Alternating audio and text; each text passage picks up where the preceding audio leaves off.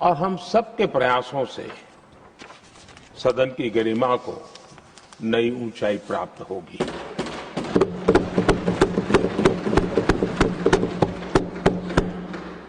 आदरणीय सभापति जी,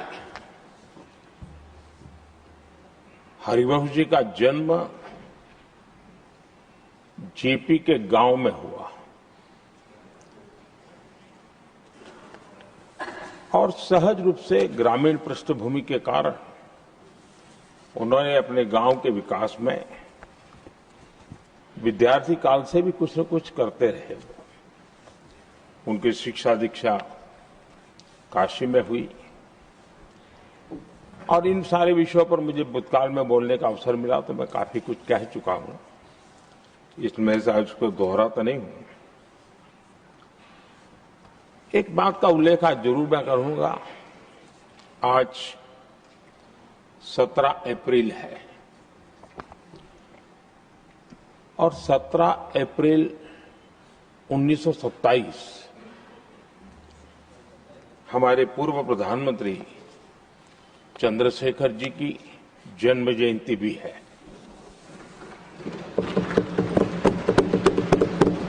और विशेषता ये है कि आज 17 अप्रैल को आप जब तीसरी बार इस दायित्व को संभालने जा रहे हैं और वो भी चंद्रशेखर जी की जन्म जयंती पर, और चंद्रशेखर जी के साथ आपका जुड़ाव, उनके प्रति आपका लगाव और एक प्रकार से आप उनके सहयात्री रहे उनके पूरे कार्यकाल में, तो ये एक अपने आप में एक बहुत ही बड़ा सुयोग है। आपने चंद्रशेखर जी के जीवन पर किताबें भी लिखी हैं और चंद्रशेखर जी के एक बृहद जीवन को नई पीढ़ी तक पहुंचाने का एक बहुत बड़ा काम भी आपने किया है और इसलिए आपके लिए एक बहुत बड़ा विशेष अवसर बन जाता है कि चंद्रशेखर जी की जन्म जयंती पर आपका तीसरा कार्यकाल का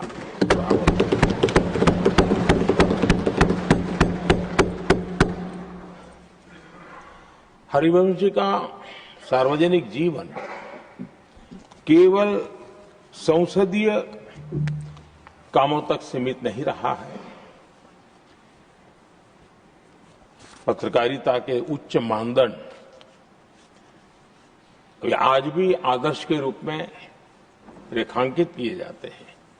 लंबा जीवन पत्रकारिता का रहा, लेकिन पत्रकारिता में भी उन्होंने उच्च मानदंड को हमेशा आधार माना। हम सब जानते हैं उनकी लेखनी में धार है, लेकिन उनकी वाणी में और व्यवहार में सौम्यता और शिष्टता भरी भरी रहती है। ये अपने आप में और मैं जब गुजरात में था तब भी मैं उनकी लेखों को पढ़ने की मेरी आदत रही थी और मैं देखता था कि वे अपना पक्ष बड़ी दृढ़ता के साथ रखते थे और मैं अनुभव करता था कि उसमें काफी अध्ययन के बाद उसका निचोड़ उस पर प्रकट होता था। पत्रकारिता में भी अंतिम व्यक्ति तक पहुंचने का उनका निरंतर प्रयास रहा और एक सफल प्रयास भी रहा। और हम देखते हैं सदन में भी, चाहे पॉलिसी हो या प्रोसेस हो, उन बातों का कहीं न कहीं छाया हमें हमेशा नजर आती है और ये हम सबके लिए सुखद अनुभव है। वे समाज की वास्तविकताओं के साथ गहरे जुड़ाव के साथ काम करने वाले व्यक्ति रहे। मैं तो कहूंगा जो चाहे लोकसभा हो या राज्यसभा हो, जो नए सांसद आते हैं वे हरिवंश जी से बहुत कुछ सीख सकते हैं, बहुत कुछ बातें करके उनसे जान सकते हैं। क्योंकि जब वो पत्रकारिता में थे तो उनकी एक कॉलम चलती थी, हमारा सांसद कैसा हो, हमारा पार्लियामेंट मेंबर कैसा हो। तब उनको शायद पता नहीं होगा, कभी उनको भी बैठना पड़ेगा, लेकिन वो लिखते थे और वो बातों में बहुत ही व्यापकता रहती थी सदन की गरिमा और बैठने वाले सदस्य का दायित्व और उसके आचार विचार को लेकर भी बहुत गहरा उनका अध्ययन रहता था और उन बातों का उपयोग आज हमारे सदन के साथी उनके साथ बैठ करके बहुत कुछ जान सकते, सीख सकते हैं। समय की पाबंदी, एक डिसिप्लिन लाइफ में और अपने कर्तव्यों के प्रति गंभीरता, ये आपकी विशेषता रही है और शायद इसी के कारण आप सर्वस्वीकृत व्यक्तित्व आपका विकसित हुआ है।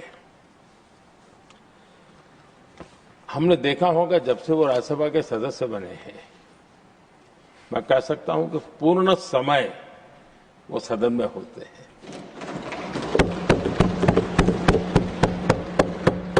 सभापति जी की अनुपस्थिति में सदन को संभालने का काम तो करते ही हैं, लेकिन बाकी समय भी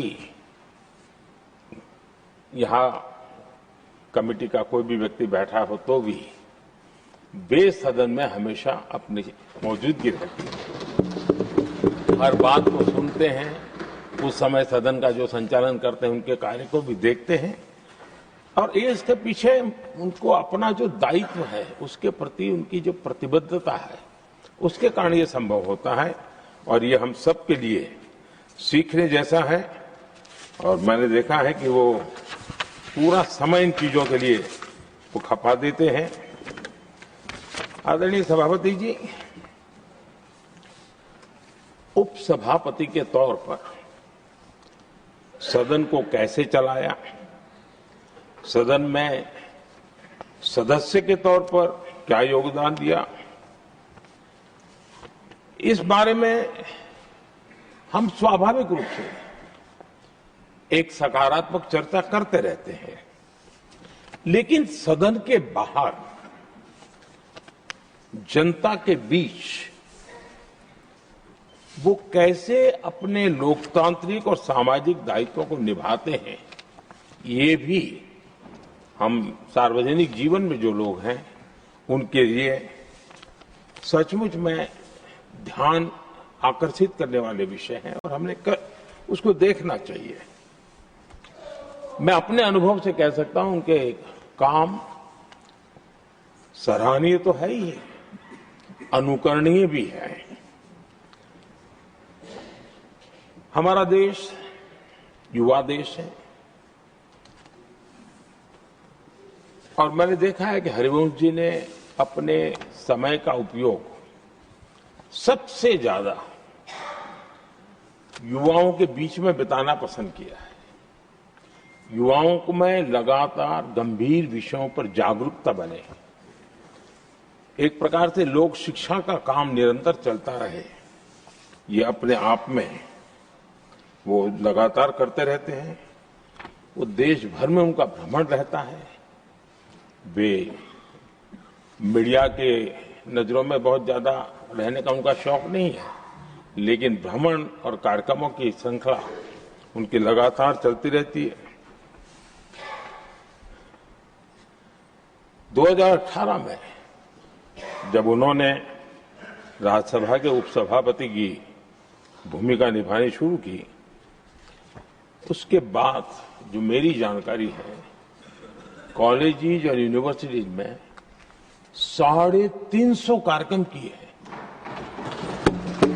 तो ये बहुत बड़ा काम है। देश की यूनिवर्सिटीज और कॉलेजेस में 350 से अधिक कार्यक्रम, जाना आना, उनके साथ बैठना, बातें करना, उसके लिए विषयों की तैयारी करना, ये अपने आप में बहुत बड़ा एक प्रकार से आपने व्रतस्थ के रूप में इस काम को किया और युवाओं से ही जुड़ने के लक्ष्य को आपने जरा भी ओझल नहीं होने दिया है। और विकसित भारत का सपना युवाओं के लिए भी क्यों होना चाहिए, इस मूल विषय को अलग अलग तरीके से जिस प्रकार से विद्यार्थियों का मूड हो वो बताते रहते हैं। विद्यार्थियों में, युवा पीढ़ी में एक आत्मविश्वास कैसे पैदा हो, निराशा से वो हमेशा हमेशा बाहर रहे, इन सारे विषयों की चर्चा वो करते हैं। उनके कुछ ऐतिहासिक रेफरेंस के साथ बात करते हैं कि हम ऐसे क्या कारण है कि हम जितनी तेजी से जाना चाहिए था आगे नहीं जा पाए, अब अवसर क्या आया है, सारी बातें वो, और देश कितनी बड़ी छलांग लगा सकता है, ऐसे का आत्मविश्वास भरने का काम उनके द्वारा होता है। आजकल देश में लिटरेचर फेस्टिवल एक बड़ा सिलसिला चला है और अब तो वो टियर 2, टियर 3 सिटी तक भी वो सिलसिला चला है। लिटरेचर फेस्टिवल्स में भी हरिवंश जी का अक्सर जाना होता है और उस समाज का उस तबके को भी वो अपने विचारों से प्रभावित करते रहते हैं, प्रेरित करते रहते हैं। आदरणीय सभापति जी, मैंने उनके जीवन का एक प्रसंग जो सुना है, शायद हो सकता है साल वगैरह में मैं बहुत मेरी जानकारी सटीक न भी हो, मैंने सुना है कि 1994 में हरिवंश जी पहली बार विदेश यात्रा की और वो अमेरिका गए। जब अमेरिका गए तो अपने तय कार्यक्रमों के अलावा जब उनसे पूछा गया कि आप कहीं और जाना चाहते हैं, कुछ करना चाहते हैं, तो उन्होंने आग्रह से कहा कि मैं जरूर, ये विकसित देश है तो मैं उसकी यूनिवर्सिटीज को देखना समझना चाहता हूं, वहां की ऐसी कौन सी शिक्षा और कल्चर है जिसके कारण ये देश इतना आगे बढ़ रहा है। और उन्होंने काफी समय अपने निर्धारित कार्यक्रमों के सिवाय पहली अमेरिका की यात्रा में सिर्फ और सिर्फ यूनिवर्सिटीज में बिताया, उसका अध्ययन करने का काम किया। यानी ये जो ललक थी उनके मन में कि अगर एक विकसित देश की यूनिवर्सिटी से जो निकलता है तो हिंदुस्तान की यूनिवर्सिटीज भी ऐसी हो ताकि विकसित भारत का सपना वहीं से रेखांकित किया जा सके। आदरणीय सभापति जी, एमपीज को एमपी लेड फंड के संबंध में तो काफी चर्चा रहती है और एक बड़ा पसंदगी का विषय भी रहता है एमपीज में, और कभी कभी तो ये भी संघर्ष रहता है कि एमपी लेड फंड इतना है और वहां उधर एमएलए फंड ज्यादा है, उसकी चर्चा रहती है। लेकिन एमपी फंड का उपयोग कैसे हो, एमपी लेड जो फंड की बातें, उसमें हरिवंश जी के विचारों को मैंने स्वयं भी सुना है, मैं प्रभावित हूं इससे, लेकिन हमारी भी कुछ मजबूरी रही है, शायद हम उनकी अपेक्षा के अनुसार उसको कर नहीं पाए हैं, क्योंकि सबको ऐसे विषय में साथ लेना जरा कठिन होता है। लेकिन उन्होंने खुद के उस जिम्मेवारी को कैसे निभाया है, मैं समझता हूं वो भी हम लोगों ने, उन्होंने ये एम्पीलेट फंड था जो अपने जो विचार हैं उसको विचार को ही नीचे धरातल पर उतारने के लिए उपयोग किया। शिक्षा क्षेत्र और युवा पीढ़ी ये उसके सारे केंद्र में रहा। एम्पीलेट फंड उन्होंने इस्तेमाल करने के लिए एक एक मिसाल पेश की है।